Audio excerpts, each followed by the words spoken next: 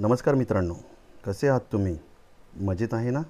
आज मी तुमच्यासाठी इयत्ता 6वी पाठ 15वा सरकार याचे स्वाध्याय सोल्युशन घेऊन आलो आहे. प्रश्न 1. खालील प्रश्नांची उत्तरे लिहा.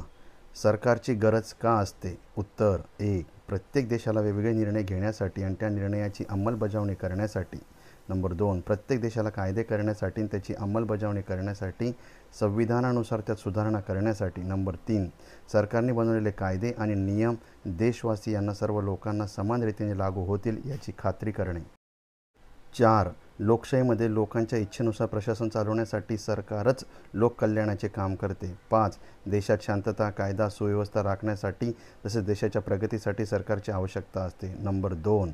सरकारचे मुख्य प्रकार किती आणि कोणते? उत्तर. सरकारचे मुख्य प्रकार 3. लोकशाही सरकार, साम्यवादी सरकार, राजेशाही सरकार. प्रश्न 3. जगात सरकारचे प्रामुख्याने किती प्रकार पाहावयास मिळतात? जगात सरकारचे प्रामुख्याने 4 प्रकार पाहावयास मिळतात. 1. लोकशाही सरकार, साम्यवादी सरकार, हुकुमशाही सरकार, राजेशाही सरकार. नंबर 4. आपल्या देशात कोणत्या प्रकारची शासन व्यवस्था पाहावयास मिळते? उत्तर. आपल्या देशात संसदीय लोकशाही शासन व्यवस्था पाहावयास मिळते. प्रश्न 2. योग्य जोड्या लावा. विभाग अ, विभाग ब. नंबर 1. राज्य सरकार.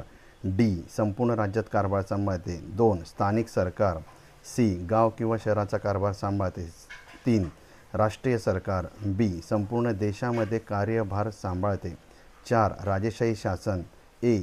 एकच व्यक्ती शासन करतो. प्रश्न 3. योग्य कारणे द्या. लोकशाहीमध्ये लोकांना केंद्रस्थानी मानले जाते. उत्तर. अब्राहम लिंकनने लोकशाहीची व्याख्या खालीलप्रमाणे केलेली आहे. लोकशाही सरकार ही लोकांची, लोकांसाठी आणि लोकांद्वारा चालणारी व्यवस्था आहे. लोकांचे सरकार लोकांसाठी आणि लोकांद्वारा. लोकशाहीत लोक मतदानाद्वारा त्याचे प्रतिनिधी निवडतात. त्या लोकप्रतिनिधीमधूनच देशाच्या प्रशासनासाठी सरकार तयार होते. त्या सरकारने जनतेच्या इच्छेनुसार सार्वमत देशाचा कारभार चालवावा लागतो. सरकारने जनतेच्या इच्छेनुसार कारभार केला नाही तर पुढच्या निवडणुकीत जनता पुन्हा देशाचा कारभार त्यांच्याकडे सोपवत नाही. अशा प्रकारे असं म्हणता येईल की लोकशाहीत जनता केंद्रस्थानी मानली जाते, कारण सरकार स्थापनेत जनता सार्वभौम असते. नंबर 2. लोकांचे अधिकार राजेशाहीत राखले जात नाही. उत्तर.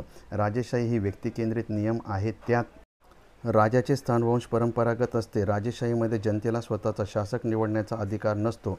राजेशाहीमध्ये सर्व सत्ता राजाच्या हातात असते. त्यात राजाची इच्छा हा कायदा आहे. राजाने घेतलेले निर्णय अंतिम असतात. त्यामुळे राजेशाहीत लोकांचे हक्क मानले जात नाही. नंबर 3. सरकार कायद्यात बदल करते. उत्तर. लोकशाहीत देशाचा कारभार पाहण्यासाठी लोकांनी निवडून दिलेल्या प्रतिनिधींनुसार सरकार बनते. राज्यघटनेवर आधारित केंद्रात लोकांच्या इच्छेनुसार सार्वमत सार्वजनिक हितासाठी सरकार आवश्यक कायदा बनवते. लोकशाहीत सार्वमत बदललेले तर सरकार केलेले कायदे, सरकारने राबवलेले कायदे बदलावे लागतात.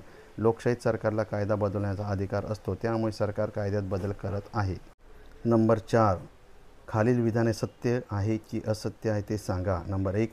लोकशाहीमध्ये लोकांच्या हाती सत्ता असते. खरे. राजेशाही शासन निवडणुकीशिवाय पसंत केला जातो. खरे. नंबर 3. न्यायालयात सरकारला विविध मुद्द्यांसाठी सूचना किंवा आदेश करू शकतो. खरे.